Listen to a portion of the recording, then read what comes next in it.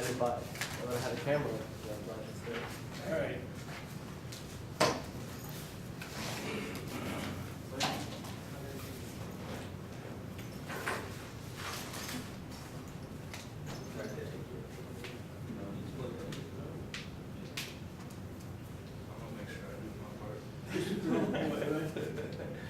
Just a growing boy, right?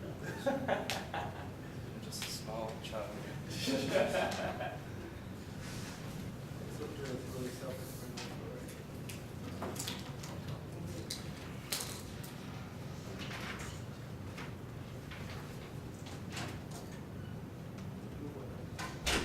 You're gonna have to slash your first, not gonna do stuff.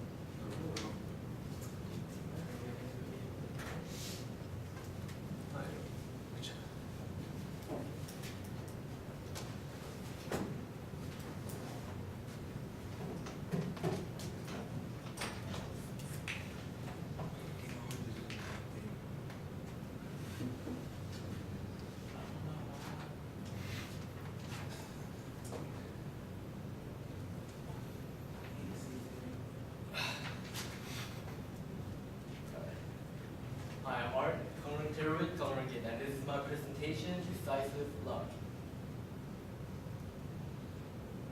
At dawn, the Japanese launched a massive invasion. Landing parties sent thousands of troops storming the beaches at the American fought back fiercely. But inevitably, the Americans were overwhelmed as planes dropped in enemy troops from the sky after the defeat at Midway and losing their entire Pacific fleet. The Americans have no support from the ocean. The Imperial Navy has launched a second assault on Hawaii, but this time they are here to stay.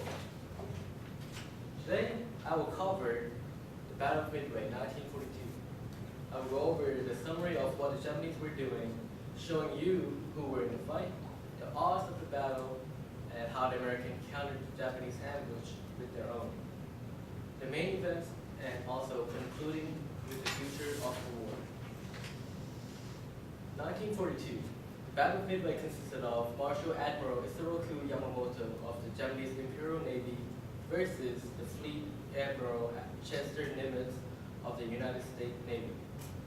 During the time before Midway, the Japanese had a generally superior navy compared to the American Pacific Fleet. The Japanese main attacking fleet consisted of 4 carriers, Kaga, Tsuryu, Hiryu, and Akagi. While the American has, the Japanese also have supported by battleships, destroyers, and heavy cruisers. The Americans had 3 carriers, USS Yorktown, Hornet, and Enterprise, supported by 16 submarines and a handful of destroyers and cruisers. In 1940, the Japanese had started the occupation of Southeast Asia and to eliminate all American influence in that area. With the Southeast Asia mostly under their control, the Japanese Navy launched a surprise attack on Pearl Harbor on December 7th, 1941, boosting their troops' morale and showed Japan's supremacy in the Pacific.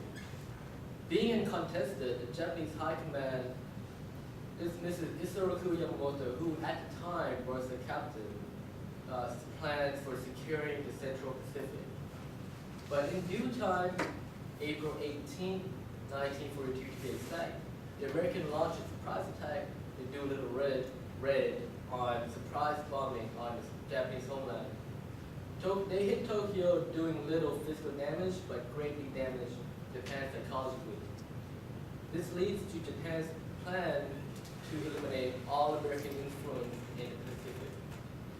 Meanwhile, with the great mind in the U.S. intelligence, naval code breakers under the commands of Admiral Nimitz and the help of Rear Admiral Edwin T. Layton, who personally known Yamamoto when he was in Japan studying their culture and language. They had decoded a message that led them to believe the Japanese Navy would be attacking Midway with a large fleet. Yamamoto's plan was to create a diversion in the Aleutian Islands chain, which should cause the Americans to mobilize their forces, leaving Midway open for a ground force to invade. But having been eavesdropped, the Americans know that the Japanese would be concentrating their forces on attacking Midway. So the U.S. Navy set up an ambush north of Midway at what is known as Point Bluff, which you will come to see why this is so fitting. The Americans set up their three carriers, USS Hornet, Enterprise, and Yorktown. An odd fact is that Yorktown was recently repaired from damage taken at the Battle of Coral Sea, in which it took 3 days to dock the Yorktown, repair what was needed, and left with only one out of the three boilers operational. Point Bluff.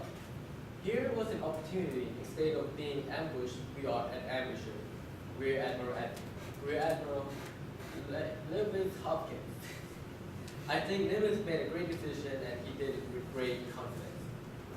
When the enemy was sighted, 9 B-17 bombers were deployed by Lieutenant Walter Sweeney to intercept the incoming fleet.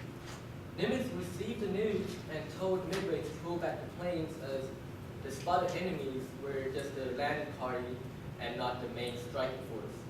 Nimitz knew that the fighting body would be coming from the northwest at another time. Nimitz ordered Midway to hold for a counterattack when the Japanese would strike Midway.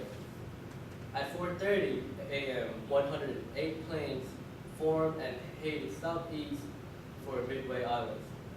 And 7 recon planes were sent out to scout for any U.S. ships. But unfortunately, one of the recon planes happened to launch late, which caused a great gap in which the U.S. carriers were hidden, and that is known as Point Bluff.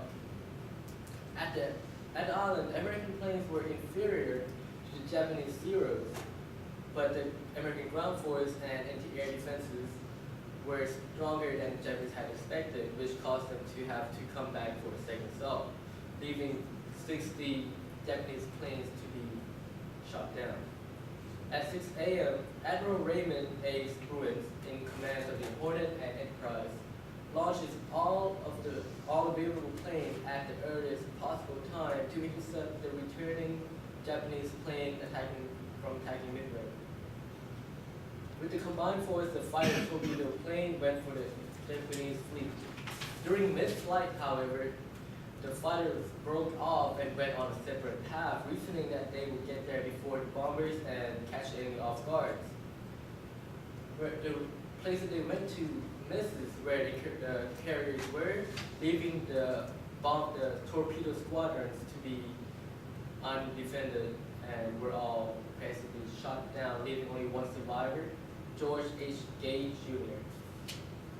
The Japanese Navy carrier doctrine states that the returning planes must be resupplied and refilled in the hangar bay and not on the flight deck. This left the carrier extremely vulnerable, since they have to move each plane down to the hangar bay and have all their ammunition out of magazines, and field lines run live, as each one has to be rearmed and refilled. While this process is going on, the fleet has to call their fighters down from high altitude patrol to protect the carrier from any incoming fleets, and also they would have to move the fleet out of the way just in case of any submarine strike coming for a torpedo attack.